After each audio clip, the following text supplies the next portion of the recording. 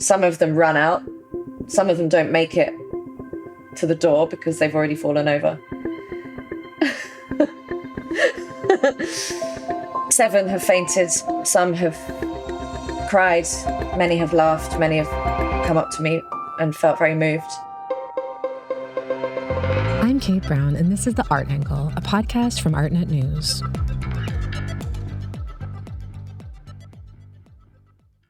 If you've seen the artworks of Mariana Simnett, you know that it is not easy to forget them. The multidisciplinary artist who works between film, installation, drawing, painting, sculpture, and theater is a world builder of surreal and sometimes horrific proportions. Her works lodge themselves deep into your psyche, with their unsettling imagery, dark humor, and mythologically tinted storylines where sometimes animals may be nefarious protagonists, or where roadkill might come back to life. Simnett often deals with the body as a site of pain, control, vulnerability, and intervention. Her artworks may make you squirm or evoke fear. You may even wonder, am I supposed to be watching this? I think the answer is yes. While Simnett's boundary-pushing art may not be for the faint of heart, as viewers, it's important to be challenged out of our comfort zones. It's one way to become more empathetic. Simnett has been showing widely at institutions on both sides of the Atlantic. Her film, The Severed Tail, was a major talking point at the 59th Venice Biennale, The Milk of Dreams. It tells the tale of a little pig who enters a fetishistic underworld after a farmer snips off her tail. In the fall, Simnett will be included in Manifesta 15 in Barcelona. Her solo exhibition, currently on view at the Hamburger Bahnhof in Berlin, is on the official culture program of the Euro 2024 Soccer Championship, which is being hosted in Germany this year. Called Winner, Simnett takes on the world of soccer, fouls, injuries, and hooliganism in a 3-act dance. I won't spoil it for you, but it is soccer like you've never seen it before. On top of all that talent and accolades, Simnett is also a classically trained flutist. It's an instrument that I find complements her practice perfectly. It's fantastical, it's folkish, a bit eerie, and definitely otherworldly. I asked Mariana to play the flute for us at the top of this episode, and I'm really pleased that she said yes.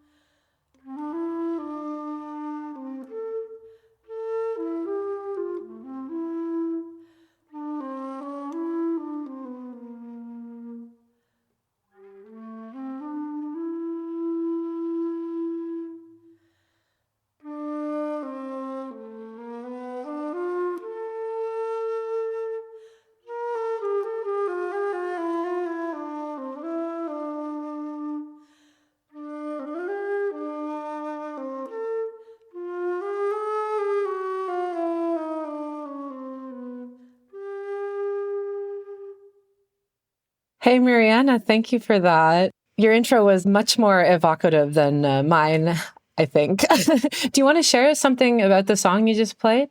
Yeah, this is called Peg of My Heart, and I first heard it when I watched The Singing Detective by Dennis Potter, a TV series that I adore. And then I also performed it as a cover for the making of video of my film, The Bird Game, and it's from 1913. Fantastic. We can even just start with The Bird Game as well, which, is a very intense film that you made in 2019 about a crow who eggs on this group of children who are dressed in these Disney ball gowns, and he lures them into playing this very dangerous game. And ultimately, as I recall, leads them to their untimely deaths. I know a much better game. It's at my house. Come and play. What kind of game? The Bird Game. You'll get to see magic and animals and all kinds of special treats. What do we win? Well, the prize. Yes, the prize is pretty delicious. What is it? You will never need to sleep again. Let's play. It's repellent and beautiful. It's unsettling. And it's very much, as many of your works are, like dealing with some elements of folklore and mythology. So maybe as a place to start, we could talk about how the flute fits into that in your artistic practice. As I understand it, you studied music before you studied art, but music is still a huge part of your art practice. Yeah, I mean, the flute has been with me since I was 7 and the piano since I was 5, but I always resisted music initially because it came through quite a rigid training and upbringing and piano teacher who just told me to cut my fingernails. And art was always this free form of expression that didn't involve rules and systems, and it had a boundlessness to it. But the flute followed me again when I moved to Berlin 4 years ago because I couldn't carry my piano over. So it joined me as my pet in a way during the pandemic and was something that I lent on a lot for my own sanity. And what keeps you interested in it as an instrument?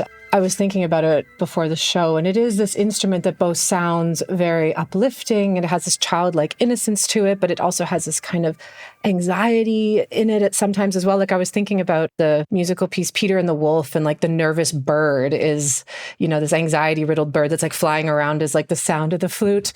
So maybe in some ways it's kind of becomes an allegory for some of the elements that are at play in your art practice as well. Like maybe you could elaborate on that or disagree with that. Yeah, I think it's mellifluous and seductive and it's allure, but it's also got something haunting and repellent about it for sure. And it's soft and hard, it's metal, but tonally very honeyish or silky. And I think of it a bit like a weapon. I think also interestingly that I tried to keep it as a hobby and then it infiltrated into my art practice because everything does, no matter how much I try to stave it off. And the way that it came into the art was through understanding the flute through Greek mythology and the fact that Athena created the flute to mimic the sound of grief and power and sorrow. And so the flute was designed as this tool and a weapon to kill others. And so I found that interesting because I see art as a bit of a weapon for me. And then the flute became this tool and weapon and construct and a way of actually building a language out from it. And it's a portal of breath and somehow leans into a lot of the work that I'm doing anyway. There's often this sense of breath or fainting or carrying ancestry with me through my work. And the flute has a very wonderful, paradoxical connotation between violence and seduction. I imagine you're referring to that work you made, the piece where you faint. What year was that again? That was 2016, but I started it in 2012. Right. But it was just a bad work for 4 years. Before it became a good one. And to describe that for listeners, it's this work where you cause yourself to hyperventilate and then faint, and you can hear your body like hitting the floor. Yeah. It's interesting to think about that work and the relation to the flute. And I mean, Athena has like a tumultuous relationship with it, doesn't she? And ultimately, I feel like you made a work about that too, where she gets rid of it for some reason. And you made a work about that. Could you speak about that? She throws it away because of her disfigurement upon playing the flute, because her cheeks puffed out and her face turned blue, because she was pushing so hard, because it was a previous flute called the aulos, which caused your face to have extreme disfigurement and blown up cheeks. So she was laughed at by the other gods and goddesses and cast the flute away, which then became a cursed object, and Marsyas picked it up. And the myth goes on and on and on. But yeah, she decided that beauty was more important. You know, there is a sense of, as I was saying, like this sort of binary between beauty and horror that sort of exists simultaneously in your work. I was thinking about this piece that is in your web shop, which we'll talk about later. It's this ashtray and the mouth is open so you can like ash into it. I was thinking about like an open mouth is both like in horror, but also in pleasure. And so there's kind of like sense of two or mixture of feelings always occurring at the same time. Do you feel that that is an accurate way to describe some of the motives in the works that you make, or also the music and the sounds that you make? Yeah, I think I've always been attracted to places or things in the world that feel strange or uncomfortable, or what some might call horrifying, but I guess, see it as beautiful in some way. I don't think I see a difference between the two necessarily. I've always been attracted to repulsion, and I think that one is contained within the other in a sense. So I think my work does often belong in that space of the uncanny, because it's not like a shock scare. I'm not trying to pull the rug out or play a trick on anyone. I think it's sincerely coming from some sort of deep restlessness that I carry, that I'm trying to put into a language that others can feel too. Do you remember when you first became interested in horror or elements of repulsion? I think I always was. I think I used to want to terrify and horrify people. I would make cocktails out of dog shit and try to feed them to people. Like, when I was a child. Or I would just find strange things to eat, like paper, and do it, or make myself deliberately get myself stuck in a climbing frame and stay there for hours on end. And because I just wanted to, I don't know what I wanted, but I wanted to get stuck and then show people that I was stuck. I don't know why. Just these like kind of slightly morbid, odd things, private experiments, I guess you might call them. And also looking at my body and marking it with a black marker and cutting it into divisions, and quite abstract exercises as a kid. And I guess now looking back, I realized there was something going on in the brain, which is why I was probably called so slow at school, because I was up to some other stuff in my head. These sound like they were early performance pieces or something. There was this idea of a spectator and you, and how you can kind of like play with this. Definitely. I would always play dead. I would always run into roads and try to make people think I was missing, or make people think that I was about to get hit, but I wasn't, because I'd figured it out. But yeah, there was always this sense of performativity and fright. So it sounds like you were a slightly ungovernable child. I believe you also did very well in school. It's interesting to think about how you ended up becoming an artist. You ultimately were in a very academic course, right? Until you switched paths. Yeah, I mean, I didn't switch paths. I was just allowed to pursue mine. So I was always on my path. It was just that I was totally thrown into the after-school maths and made to be good at all these subjects that I was fine at, but I didn't have any particular interest in them. I liked biology, which I still like. I liked some of the sciences. I liked drama, English. I loved English. Even the classics. Art was just something that was not necessarily handed on a plate, to put it mildly. And I had to carve it out, the life of art, and force my way into it. But I was a nerd. I was a bit of an academic geek, but not through my own choosing. Did your parents introduce you to art? I mean, you were obviously an artist. You were drawing all over your body and doing these wild performances with scaring the neighbors. But at what point... You couldn't get the crayons off me. I was just drawing the house down. No, I didn't get told what art was, actually. I really didn't know what it was. I don't know if I remember, or whether it's just because I now have seen it in my later age, but I have this book called Mariana's Blue Book, and it's my first scribbles, and it's quite cute because there's a little outline of my hand and it's about 2 inches, and I'm just scribbled all over the thing. And it's just funny because it's obviously my first art book, but I was about 0 or 1. Because drawing is instinctive. It's not something you really necessarily need to learn. I think it comes innately. And I think that's why I didn't really need to be told about it until later, when I really had my eyes woken up to all the magnificent things out there. My dad was always kind of like saying, Mariana, tops, whatever he called me, you're clearly an artist. So he recognized it quite early. But I would say that I didn't know anything about it and wasn't culturally informed and didn't know a bloody thing, to be honest. Yeah, it's interesting to think how much that probably remains true for so many young people in the world today. I mean, I think we're in the art world, it seems like it's everywhere and so readily available for like the true sense of a public. but it just isn't. And so it's interesting to hear that story. It reminds you of that. Yeah, if it's not there, then it's not there. You don't know any different. You just get on with your life. And all it was that it was safe for me. I knew that it was magical, absolutely magical. Every time I went to it, I felt completely like time disappeared. I wasn't counting anymore. Who are some early artists that you found or gravitated towards? The absolute hero that changed my life was Louise Bourgeois. And because I didn't realize art could stand over you, I thought you had to stand over it. And I didn't understand that it could be so engulfing and so tender and raw all at once and personal. And because I was making art, I guess to escape, let's face it, in a way, I was trying to escape as a kid. And so it wasn't a jolly on a holiday, it was a thing that I had to do to form my identity, to be able to know who I was. As I got older, it got stronger and stronger, this bind, this activity that was me and only me, and no one else could tell me how to do it because it was mine. So I became quite possessive over it. But Louise Bourgeois, I related to very much when I saw her spider for the first time. Maman.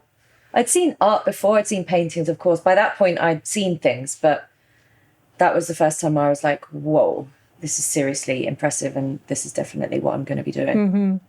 And, I think Louise Bourgeois is an artist who also has, maybe horror isn't the word, but there's very dark themes that become apparent in her work. And I think that can be really difficult for viewers at some points. It could really knock someone over if they're not quite ready for it when they understand what some of her work is about. Maybe that's a segue to speaking about your work further. I mean, many of the pieces that you make, it's sort of a socially constructed idea anyway, but are not palatable on some kind of generally agreed upon definition of whatever that is. And I imagine now that you tell these stories about your childhood of trying to serve shit cocktails to people, I imagine you've become used to both enticing people, but also alienating them at the same time. I wonder, moving to your adult life as a professional artist, have you ever encountered people being wary of your ideas when you bring them forth to an institution or a gallery or a collector? Yeah, I'm still serving people shit cocktails. I just... it's a very tricky line that I tread. I think many people don't walk into my shows. I'm sure of that. Some of them run out. Some of them don't make it to the door because they've already fallen over. 7 have fainted. Some have cried. Many have laughed. Many have come up to me and felt very moved. And kids have often rolled around, jumping up and down and danced. There have been an array of emotions, but emotional it is for sure. And I am proud of that, I guess, because it's what I set out to do. So when I see that it's doing something, it means something to me. But other people have resisted the work, told me that I'm a child abuser, told me that I am violent myself, or that I am sick and sick in the head and I want to make it worse for humanity. So I've had so many different reactions that there isn't a single one, but I've had also institutions cancel the work. I've had others that didn't admit to cancelling it, but accidentally postponed the show indefinitely. I've had quite a few different situations. Yeah. And the bird game, strangely enough for me, because that's when I thought I was getting safer in my language, meaning I felt safer making it. So I don't often differentiate between myself and my work. And because there was such a turning point away from the medicalized aesthetic, the aesthetic of institutions, of hospitals, of ill people, of sick people, into one that was more outreaching, into mythology, into transformation, into humans becoming birds and birds becoming humans. For me, that was quite a optimistic take, even though I know it's a film about a malevolent crow killing off a bunch of children. It's a fairy tale, it's dark, but it was done with, I thought, a sense of the container which is the container of a fairy tale, where everybody knows that they're watching something dark because it's a fairy tale. Whereas some of the older work I felt was less safe because you wouldn't know where it was going. It was just unpredictable and scary in that way because you wouldn't expect the cut. And cut, I mean by the edit, but also the incision or body parts falling apart and things like that. So it was a surprise to me. I do know what I'm doing. I know I'm dealing with difficult topics, but there was a particular scene where actually all you see is a black screen because the crow's wing covers the whole screen and shields you from the allusion to a scene of sexual child abuse through audio, which was done in post-production and is still abstract enough. But nevertheless, what's in people's minds, as Hitchcock says, will mess them up further than what is on screen. The sky, hush, little child, now don't you cry. Hush, or the wolf will pass this way. So softly he will creep, he'll crawl into bed and into your head and ravish you in your sleep. And once he's done, he'll cut out your tongue. Why is it important for you to deal with these kinds of subjects in art? Because I think that these are things that happen in real society. And, in addition, I remember at the Venice Biennial, some people kind of walking out of the severed tail. I want to stay on the bird game, but people walking out of the severed tail, which is at the Venice Biennale in 2022, like looking like so shocked because they've seen this animal violence in that work. And I was thinking like, these people are probably going to go eat prosciutto on a patio. So there is this sort of disconnect that happens. And so I wonder what you say to people who condemn you for dealing with this kind of subject matter. And in particular, obviously, that very heavy subject matter that you deal with in the bird game. Yeah, I mean, I think honestly, people actually like it because they're looking at it through the duvet cover. They actually are looking. It's not that they just point blank, don't go near it. It's much more complicated than that. I think they see something in it that they recognize and maybe that they are repressing or suppressing. And so I do cheekily, I think, maneuver along this quite delicate tightrope of what is acceptable and not through our cultural sphere and things that will or will not get shown, things that will or will not get commissioned. And sure, I play that game because I tease myself and my viewer and the commissioner all at the same time. And I think I don't want to just be obnoxious or repel people without it being worth it. So, I think that that's why I keep getting shown in a way, is because it actually doesn't quite go over the line, but almost. So it just creates that perfect sense of fear, which tickles people's interest because it's like, oh, what's going to happen next? It's this slightly unsettling feeling. And people love that. Why do we get on funfair rides? It's an adrenaline rush. It's like that sense of the not knowing. I always get called the crazy, risky artist, but it seems to just be okay. Just. And ultimately, it's representation, right? Like no real violence is happening, which I think is something that one has to deal with, especially when you're dealing with cinematic tools as you do, is that if people start to really believe you and that's what you want, but then that also causes another sort of problem, maybe not a problem, but an effect that you have to deal with, right? Totally. I mean, in A Needle in the Larynx, which is a piece in which a surgeon administered Botox into my larynx to experiment with the pitch of my voice. And that was a 5-minute procedure, painfully drawn out, supposedly, because it was shot at a high frame rate. Not to diminish what I did, but at the same time, I'm exaggerating what I did for theatrical effect. And because I'm making a film, I'm not making a live performance.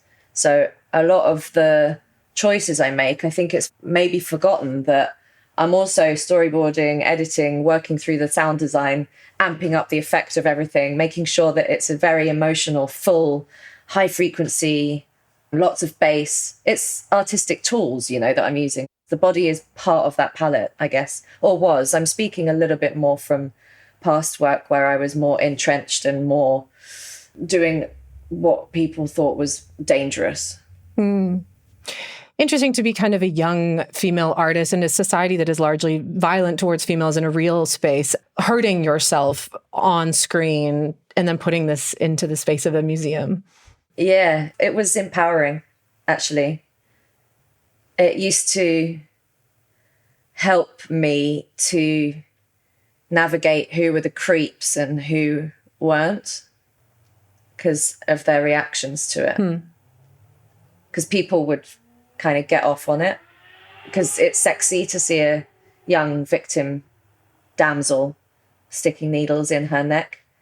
But I was role-playing, I wasn't being me. So I always had distance from it in the sense that I was the author and the subject, but I didn't actually feel like I was going through that. It was an odd relationship to the work. And sure enough, a lot of the creepy men would find it sort of almost erotic. Yeah. I can imagine. And I think, the trick of that work is that if you watch it to the end, your voice ends up dropping. So you have this young girl's voice, which is one of the main tools of seduction that they speak about, is gone. Yeah. So you take it away. Yeah, and it's stuttery and strange. And I studied a lot of politics of the voice and why certain voices get put on trains and buses and why we want to listen to the sound of the authoritative Mary Poppins, everything's going to be all right, this affirmative quality. And I got super fascinated in the timbre and the different ways that people speak and how that communicates to an audience or a public. But yeah, I still am happy I made that work. It was difficult at the time, but I stand by it today.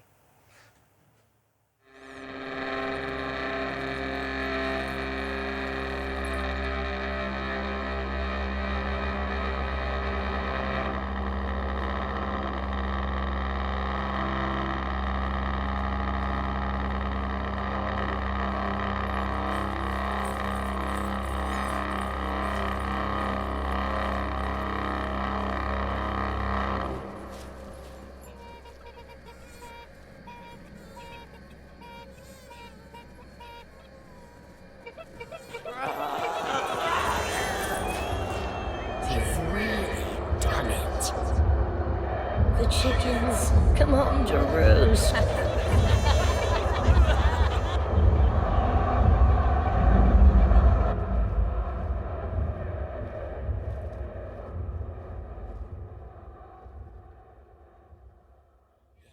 You work, I imagine, is still an endurance test against your body all the time, and given the sort of ambition of the projects that you do.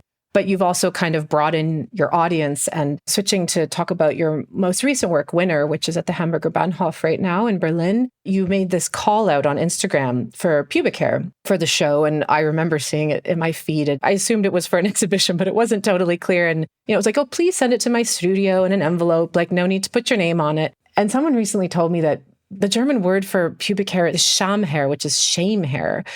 I feel like you, on some level, knew that there's this real cultural thing that you're tapping into in the German art world by this request. Like, does the work begin with that call out? I mean, that's amazing that you found that out. I had no idea about Schamhaar, but I think I'm pretty happy. I think Germany has quite a lot to be ashamed about at the moment. For sure. And I'm not opposed to having all the Germans sit on their own pubic hair again as a consequence of watching my show. I think there's a mischief and a camaraderie and an engagement with my audience and public as I'm making a project. I think it's really exciting. Also, on a practical level, it's quite hard to get the quantity of pubic hair that I needed. So I did genuinely want it to be from that part of the body. And I just thought, you know what, people might want to help. And I got loads. It was amazing. Little envelopes with hearts and stories and poems. It was cute. It was nice that people actually want to put themselves into my work like that anonymously. And it was very tender and special. I feel really connected to everyone who sent it. And then there's another sculpture of testicles that are kind of on the podium sculpture. Are those based on real bodies as well?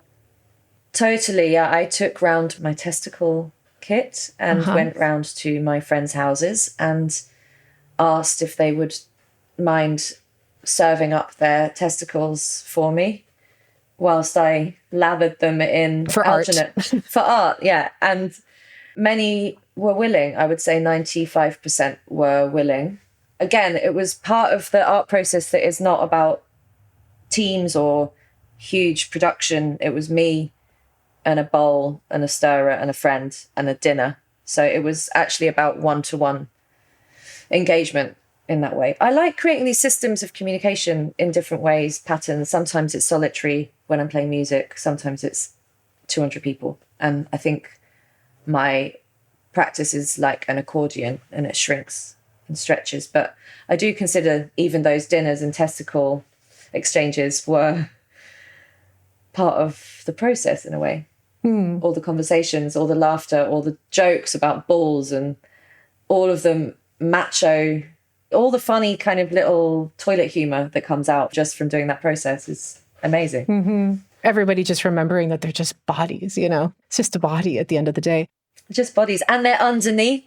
No one sees them. The owners of the balls don't really know what their own balls look like because they're more focused on their penises. Right. No, I mean, they're just... So when they saw them, they were like, is that mine? Is that what they look like? I mean, one of the main things that artists should do is bring new perspectives. Speaking about the pubic hair call on Instagram that I saw, it made me wonder if you ever have had issues with censorship, because I know it's been a big story in the news the past few years, this concern about censorship for artists. Have you had any problems with that? Your work is so evocative. Yeah, it's more just vibrant rather than sexy. It's not like I'm really selling my body or getting naked on Instagram or swearing or making aggressive comments. So I think it's the same thing as before with the commissioners, that I play dangerously, but just within what I know is still going to be allowed to pass. And I also have a young following. I don't necessarily abide by the same principles as what other more sensible people might in terms of what's good or bad for our children. But I do take responsibility for the messages that I put out, and I like to be involved in education, in mentoring, in motivating in a way, and not just provoking. Although I'm a natural provocateur, it's not always my number one mission, especially on social media. So, you know, turning back to this exhibition winner at Hamburger Bahnhof we were talking about a few moments ago, and you were talking about the testicle casts and the pubic hair sculptures. This is a work that deals with male culture in a certain sense. You were given a brief, as I understand it, to make an artwork about football, or soccer, I guess, for our US listeners, because the European Football Championship is taking place. I think it starts this week. I'm pretending I don't watch, but I'm like an unreliable fan. I do sort of watch football. Could you speak a bit about this project? Because so much of what we've been talking about today, like violence and brutality and also like male testosterone culture, like really comes alive in this piece. Yeah, definitely. I was asked by Sam and Till, the directors. They were nervously asking if I would be willing to consider a project about football. And I was at first quite surprised, naturally, because I've never spoken about football in my life, really, and I've definitely not announced it publicly. So I wasn't totally sure until they quite quickly unraveled why they had thought that in the first place, which was a couple of things, largely to do with just my attitude, I think. More than any subject matter, is just the methodology, the way that I go at things, an insatiable drive that I think they related to sport and the game, but also interest in violence and gender. I don't even think they'd even got to what it was. I think they didn't even know necessarily why they asked me, but they just had this gut feeling that it would be a good idea.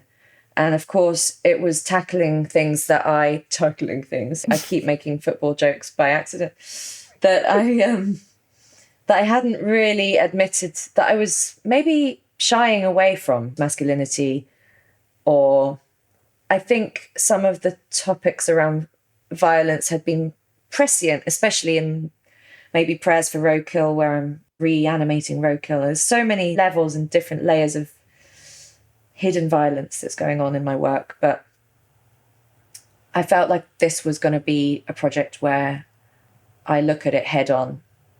Hooliganism, toxic masculinity, fan culture, the extreme pressure to perform. It was so rich, and it felt so much like me and things that I was struggling with or needed to resolve in some way. So actually the timing couldn't have been more perfect. So how did you undertake researching that, going in sort of relatively cold? I imagine you're familiar with the basics of football culture. Did you go to any games, and did you look into hooliganism? I mean, so you're from the UK, so I feel like that's a big, what's the name for hooligans in the UK? I'm forgetting that. Ultras. Yeah, thugs and ultras. I did all of the above. I went to games, I went to local, national, big stadiums, small stadiums. I made friends with people in the field. I spoke to magazine editors, then I spoke to football players, medics, referees, went to visit DFB Academy in Frankfurt where they're training referees and they do drill tests and dexterity, and they test your eyes so that you can recognize foul play. And then I read Among the Thugs by Bill Buford, and I read 1312 by James Montague, which is all about ultra culture, and among other football books and biographies of famous players. So I totally latched on, as with everything I've ever done, when it's the project, the one that I'm going to focus on for the better half of a year. I guess the difference was it had been chosen for me, and so I felt like an imposter the whole time. And I didn't know if I was going to pull it off, because I felt like the footballers were going to think I was an idiot, the football crowd at least. And so my only way was to really dig deep into my soul and go, okay, what is the most honest way that I can portray this that doesn't feel like I'm just being a coward or not following a continuum of what I'm doing already, and just actually trust myself a bit more than I was. It needed the project to feel honest to me, but I also wanted to honour what I'd been asked to do as a commission, which is to make a piece in line with the Euro Cup, which is major. And I didn't want to just serve the art world because it's a football project. So it was a tricky thing to get into. I ended up calling it Winner and thinking about it as a dance. And that was my eureka, if you like, to think of how to approach something so brutal and so full of things I hate, but find a language through which to transform it and turn impact into fluidity and turn tales of destruction into something other. And then also relate the winning back to the art world and back to constructs that go beyond football and into the wider world, into the art world, if you like, but also even beyond that, you know, and my own unstoppability, which I don't say necessarily with pride. I think it's something that has chased me for my whole life, and it's not easy always to live with it. This drive, this kind of fire that I don't know if I'm pulling it along or it's pulling me along. In other interviews, you've described art, this drive, as like a child, a friend, a parent. Like you kind of have this intense way of describing what this relationship that you have with art is, but it gets a part of you in a familial sense. So that tracks. You know, I just wanted to turn to talk about your trajectory also from an artist that was showing largely in institutions into the commercial world, because I think that it also relates to some of the things you were just saying in a way about finding your own path, and also this ambition that you had to really like do things exactly the way that you wanted to do them. And I remember when we first met, you didn't have a gallery by choice. You were selling works of art and editions on your web shop, which is actually something that you still do, which I find really interesting. How did you decide when it was the right time to transition to a more like traditional model of what an artist's relationship is with the market, so to speak? I was very stubborn. I still am. I had a fake assistant called Chloe, who was me, who would work at night. I was living a double life on no sleep. I had a studio in London, but no home. I was nomadic because I couldn't have everything because the fees were too low to support the life I was living. And I didn't have time for a second job. So I was scraping it thin, to put it lightly. And I had a succession of institutional shows, starting with a new museum, leading on to MMK Frankfurt, Kunsthalle Zurich, Frans Hals Museum, Netherlands, Australia. It was like being on tour for a couple of years. And I would go back and make work in London, and then I'd sort of fly out again. And I was just on different time zones, and it was chaotic and tiring, but I managed just about. And then I still didn't have any interest in a gallery through it all. I felt like the better way forward, since that I'd already got this far and I was already wriggling through a corridor back-end route. It wasn't the traditional way you have these shows, and you certainly don't normally go alone with no team and you have a fake assistant. The whole thing was madness. But I thought, well, this is just my path. I have to keep doing this. Like, now cannot go the other way, because this is what was destined in a way. And it was only when Société, after 4 interviews that I gave to them, not the other way around, which Daniel now loves to laugh about, but it was true. I was very suspicious of what it was going to do to me and how it was going to change my work and change my perspectives. And so now I'm with them since 3 years, I think. And life has certainly changed for the better. Reluctantly, I admit. But it's true. How has it changed? Like, what do you feel like the biggest transition points were? There's several things that a gallery can help with. I think one of the most important things is to stop being in your own echo chamber. I was living multiple personalities. I was having to promote my own work, make my own work, travel, do everything, and sell my own work. And all of those things are normally jobs that take a team of 7 or 8 people in a gallery. The distribution of labor is one thing, and also just someone one day saying, oh, Mariana has a show here, you might like to see it. Oh, and also maybe you might like to buy it. But instead, it just feels like you're shouting off the top of a cliff to avoid when you're on your own. And you lose motivation. You try not to, but you do. Why would anyone care? Why would you keep caring? So it's a lot of stamina needed to pursue something without additional support.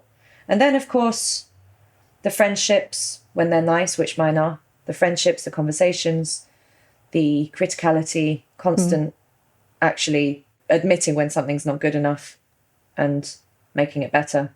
And then, of course, the money and the support, and knowing that there's seasonal fairs now that I make additional works for alongside my very uncompromising epic work that you cannot really hold or possess easily. So I still make these large scale things that I think don't really reach the market in the same way as some of the other works. Yeah, I'm not going to say it's done and dusted and it's easy. And now my output has gone from 1 to 30, 40 a year, and it's enormous output. Still running on a tiny, tiny team. Still the same person, nothing much has changed. It's still me trying to go past every boundary that's ever set for me and constantly undo myself and what I've done before. And so, yeah, I wouldn't say it's a fairy tale ending, but it's a wonderful, wonderful gallery, and we're a very, very good fit. That's fantastic to hear. And I think it's also really important for artists to hear that waiting for that relationship, because I think there is a lot of pressure to find support. And as you describe the difficulties you went through, it's also completely understandable.